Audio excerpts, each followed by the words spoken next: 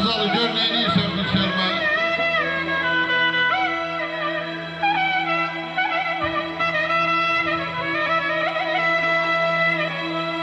Sen cavansan, dünya koca dünyadır.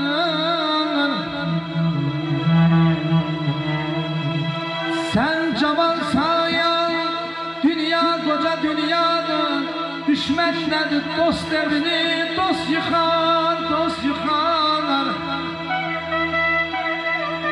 Düşmenleri dost evini dost yıkar. Bilen bilir anonslar, dünya nece dünyadır. Dünya nece dünyadır. Aman aman aman aman aman.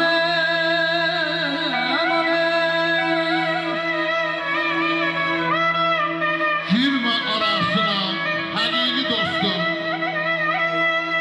Özün gözden düşüp yaman olarsan, yüngüllük eylesen kıymetin olmaz. Ağır oturarsan batman olarsan. Çöre itirene süfreni serme. Qohumun, kardeşin kalbine değme.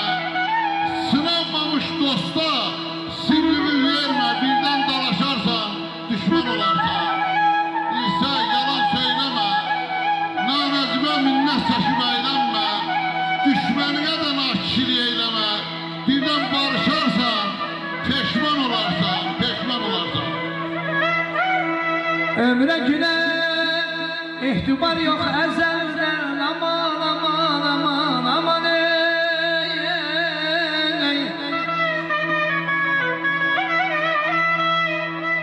Ömre güne ihtibar yok ezelden. Dönüp yarpak olur kuru hazelden, kuru hazelden. Beşiğinden bize tabut düzeldi. Beleğinden kefen tiken dünyadır ey dostlar.